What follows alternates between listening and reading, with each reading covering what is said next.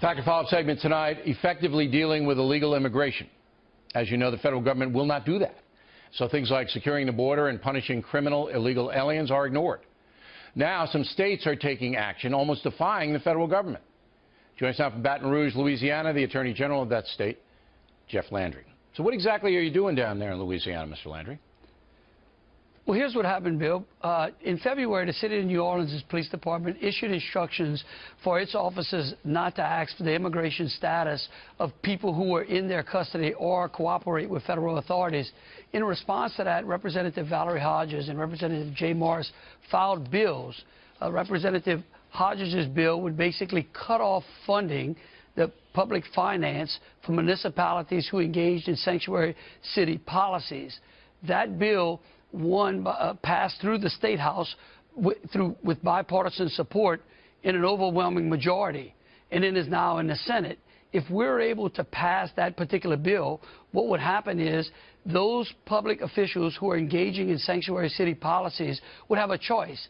They either would protect illegals in their city, or they would risk the loss of those funds, and then their citizens would, of course, get mad at them. All right, so in New Orleans, for example, how much does New Orleans get from the state of Louisiana, approximately? Oh, New Orleans accesses public finance to the tunes of tens of millions of dollars. All right, so they could stand to lose if the Senate. Now, will the Senate pass the bill, do you think?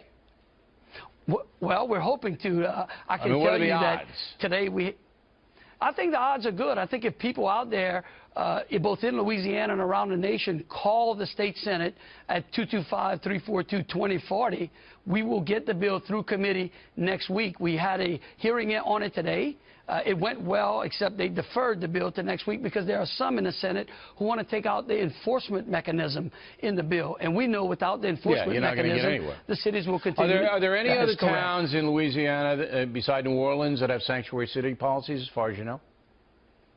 Yes, actually, Lafayette Parish, under the current sheriff, issued a policy basically precluding its officers from contacting the federal officials in regards to illegals in their custody.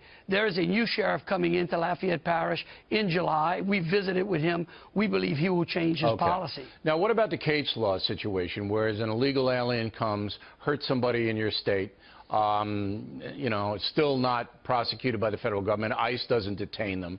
Is there anything going on in that area? Well, actually, that's what these bills are intended to discourage. We believe if the bills that we spoke about actually make it into law. That's why they're so important. That's why we're asking people to contact the Louisiana State Senate. If they're enacted, those departments will change their policy, and then the collaboration between locals and the federal governments will occur, and the feds will deport people in their custody who need to be deported. Based on your experience, do you have confidence in ICE that they will do the job? Because some places they do and some places they don't. I do, because I can tell you that if these laws are passed, we're going to contact and work with our federal partners to ensure that ICE does the job of deporting dangerous criminals out of this country. So you'll hold them as long as you have to hold them until ICE comes down and gets them?